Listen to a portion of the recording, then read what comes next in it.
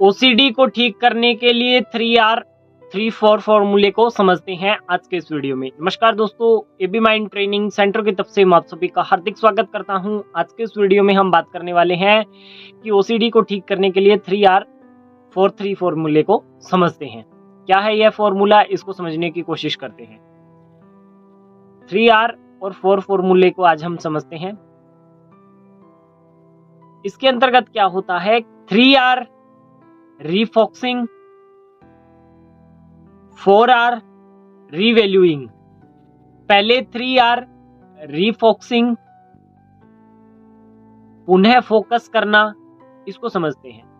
इसमें क्या होगा कि जो मानसिक ऊर्जा हमारी प्रवाहित हो रही है ना, इसके अंदर हमें बदलाव करना होगा। अब ओसीडी वालों की कौन सी मानसिक ऊर्जा प्रवाहित हो रही होती है, कौन सी होती है? नेगेटिव। सीधी सी बात है, नेगेटिव मानसिक ऊर्जा उनकी प्रवाहित होती है।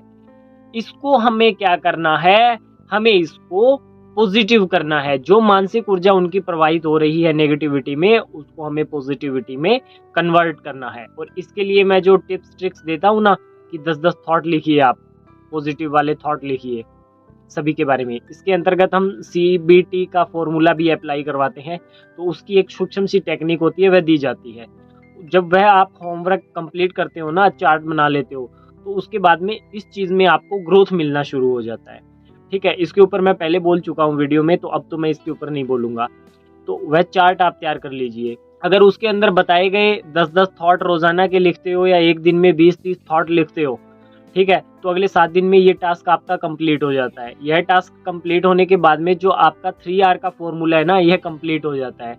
तो इससे आप है ना 50 से 60% का ग्रोथ कर लेते हो ओसीडी के अंदर। ठीक है, इसके ऊपर मैं पहले बोल चुका हूं, तो इसलिए अभी इतना शॉर्टकट में ही बोल रहा हूं। ठीक है, तो इस बात को समझ लीजिए। 4R रीवैल्यूइंग, पुनः मूल्यांकन। अब पुनः मूल्यांकन को हम समझते हैं। इसमें क्या होगा कि हम विचारों को अलग तरीके से महत्व देते हैं। विचारों को अलग तरीके से महत्व देते हैं। विचारों को अलग तरीके से महत्व देते हैं। यह बात मैंने 3 बार क्यों बोली है? क्योंकि इस बात का महत्व है कि हम विचारों को अलग तरीके से महत्व देते हैं। समझे? हमने इसको पूरा महत्व दे के रखा हुआ है। हमने इसको सर्वस्व मान करके रखा हुआ है, चाहे रिलीजियस ओसीडी हो, कंटेमिनेशन ओसीडी हो, रीचेकिंग ओसीडी हो, काउंटिंग ओसीडी हो, PTSD हो, XYZ, बहुत सारी कोई भी हो ओसीडी, उसके अंतर्गत यही चीजें हैं कि हमने विचार को एक स्पेशल तरीके से महत्व दे करके रखा है। और जो महत्व हमने दिया है ना, वही महत्व यहाँ अपना महत्वपूर्ण योगदान अदा कर रहा है, और उसी वजह से हमें परेशानी हो रही है। तो महत्व दिया ही क्यों है थॉट को? कौन से को? नेगेटिव को। रिवैल्यूइंग, पुनः मूल्यांकन, किसका? नेगेटिव थॉट का। किस तरीके से हमने उसको महत्व दे रखा है? महत्व दे करके ही हमने उसको वो किया है ना। तो ये जो आपने महत्व दिया है ना थॉट को, मैं इसीलिए बोलता हूँ, इसके लिए जो हम टेक्निक अप्लाई करवाते हैं उसको CBT का, तो CBT की सेकंड स्टेज की जो ट्रिक होती है ना, उसमें हम अप्लाई करवाते हैं कि इधर से थॉट आया और उधर से चेन को ब्रेक करो। ठीक है, तो इसी के लिए करवाया जाता है, ताकि आपका 4R का फॉर्मूला और जो कॉन्सेप्ट है वह क्लियर हो सके। समझे? यहाँ से आपको 85% ग्रोथ तक पहुंचना होता है, क्योंकि प्रत्येक चीज प्रत्येक R के साथ जुड़ी हुई होती है। क्योंकि ओसीडी के अंतर्गत जितनी भी हम चीजें करवाते हैं ना, प्रत्येक चीज का कहीं ना कहीं सिर, मुंह, हाथ, मुंडी कहीं ना कहीं घुसा होता है। तो इसको आपने समझना है। समझे? तो इसका कहीं ना कहीं रिजल्ट भी निकलता है। जो वो टेक्निक हम करवाते हैं, उससे आपका ये 4R का जो फॉर्मूला है ना, यह कॉन्सेप्ट आपका क्लियर होता है। इसके लिए वह टेक्निक है, उसके ऊपर भी हम पहले बात कर चुके हैं, अभी इधर नहीं बोलूंगा मैं ज्यादा इसके अंदर।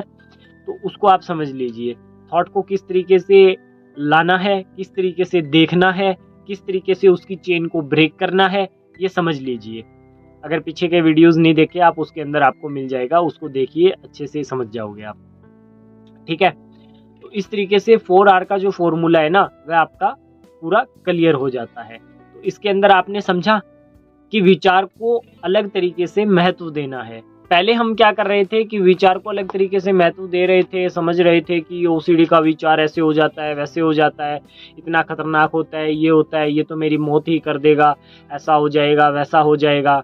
पीछे एक व्यक्ति मेरे से बोल रहा था कि सर मेरे को ऐसा लगता है कि अगर ये मेरा ठीक नहीं होगा ना, मुझे आत्महत्या करनी पड़ेगी। मैंने कहा ये ठीक क्यों नहीं होगा, और अगर होगा नहीं तो क्या हो जाएगा? ये नहीं होगा तो सर मैं मर ही जाऊंगा। तो मर तो पहले ही रहे हो, आत्महत्या करने की क्या जरूरत है इसके अंदर? ठीक है ना, मरना ही है तो इसको जांच परख के तो मरो।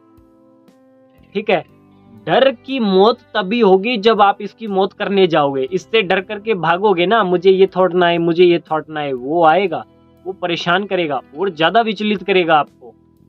ठीक है ना, ये ओसीडी का थॉट है ना, वो कुत्ते के माफिक होता है।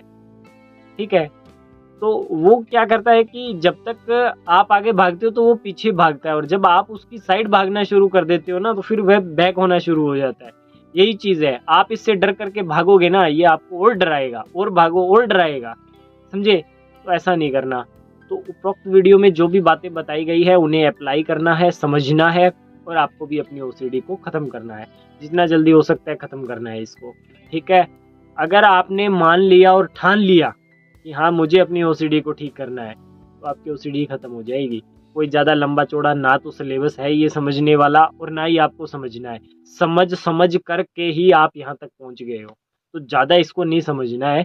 बस सीधा आप समझ लो। अगर समझ में नहीं आता तो बहुत सारे लोग मार्केट में बैठे हैं हमारे जैसे, उनके साथ जुड़ो, प्रैक्टिस करो, बाहर निकलो। ठीक है, ज़्यादा उलझने की ज़रूरत नहीं है। आई होप आज की ये वीडियो आपको काफ़ी अच्छी लगी होगी। यदि आज की ये वीडियो अच्छी लगी है तो इसे लाइक करें, चैनल को सब्सक्राइब करें। धन्यवाद।